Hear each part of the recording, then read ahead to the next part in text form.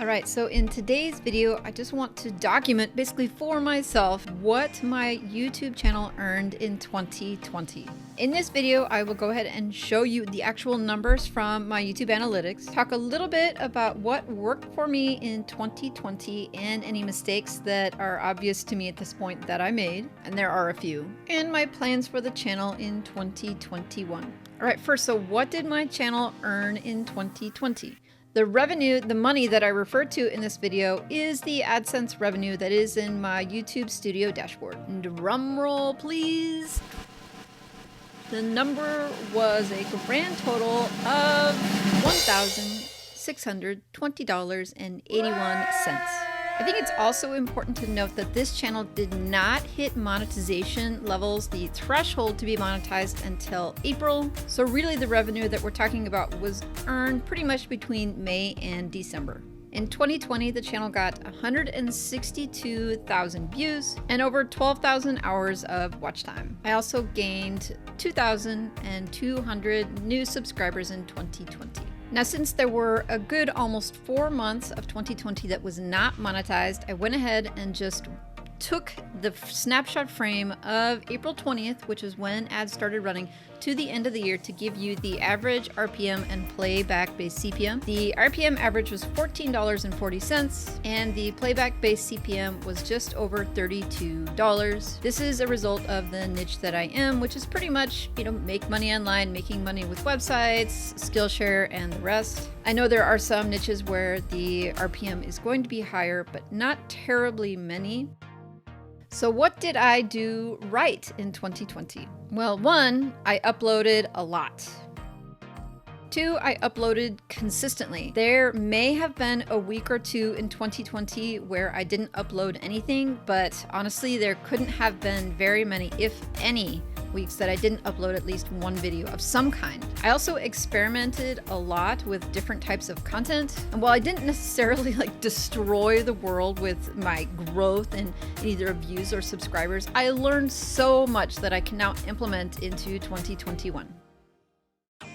So mistakes, what areas do I wish that I had maybe done less or more of, or what would I have done differently if I could know then what I know now? Well, one of the things that I did in the fall of last year is that I got tired. I got burned out, and it made me very lazy about creating content that was pre-recorded. I had been doing live streams since January and was really enjoying them. And so I figured, hey, as long as I get to the chair on Wednesdays at 10 a.m. Pacific time, that I will still be working on, growing the channel. And to some extent, that's true. But while the live streams served the current audience, I think, really well, it did very little to help the channel grow. For the most part, I was just doing a regular live stream show, so I wasn't really necessarily thinking about, keywords and optimizing the video so that it would show up in search. So for the most part, after people watched that live stream show, that video pretty much died. It doesn't really appear a ton in search. And while that's great for watch time and for existing subscribers and enjoying content, it's not very good for growth. And that's one thing that I did notice last fall and then through the winter, is that I just wasn't accruing subscribers as quickly at the same rate as I had earlier in the year when I was producing a more variety of content. This means that I wasn't producing content that was keyword focused, that wasn't going to show up either in Google search or in the YouTube search. And I didn't provide many opportunities for people to find me, to find this channel, unless they maybe saw me somewhere else or someone else recommended me. And so if I could go back and do anything again, I think that I would have continued to push forward and just push through the burnout of trying to create something each week, something even if it was short, through the end of 2020. Another thing that I didn't do that well, as far as maybe trying to do too much or burnout, is that I really sort of fell back on the content that I knew how to create, which I think is good content, which is my interview content. But it allows me, because I think I do it decently well, to not work necessarily on making my videos better. I mean, there's lots of places that I can improve, lighting and speaking and script and thumbnails and pacing and all of the things that I'm not that good at yet. and it was just easy to not work on those things. I've said this already this year, and the plan is to take the channel, which is now at about 2,700 subscribers, to try and get that to 10,000 by the end of 2021. This will mean that I will have to find some way to accrue subscribers faster than I am currently doing, because if I continue at the rate that I am going, it will take me 4 years to get to 10,000 subscribers. The plan to get there involves producing more content, so you will be seeing more videos, a greater variety of videos, so not just my long form interviews. I am currently trying shorts, videos for search, videos that maybe my current subscribers will share either on Twitter or Facebook or elsewhere in the world, and doubling down on trying to serve the people who have already subscribed to the channel. And as far as income goals for 2021, of course I would like to make more money. I mean, yeah, but honestly, what I would really like to see at the end of the year is,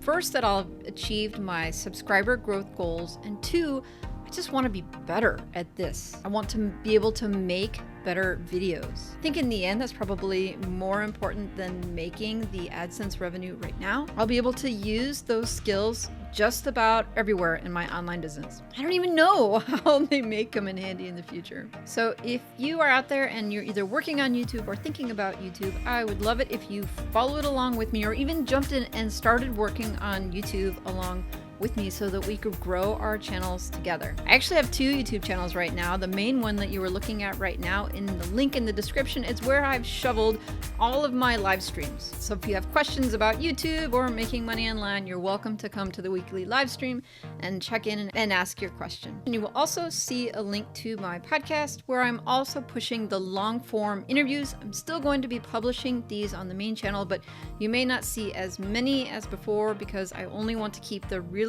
relevant stuff here on the channel. And popping up on the screen right now, as you might expect, are 2 things. One is a playlist to all of the interviews that I have done with content publishers and industry professionals. And over here, you will see a video that YouTube has picked out, because YouTube thinks that you will enjoy it. Thank you so much for watching, and hopefully we'll catch you in the next one.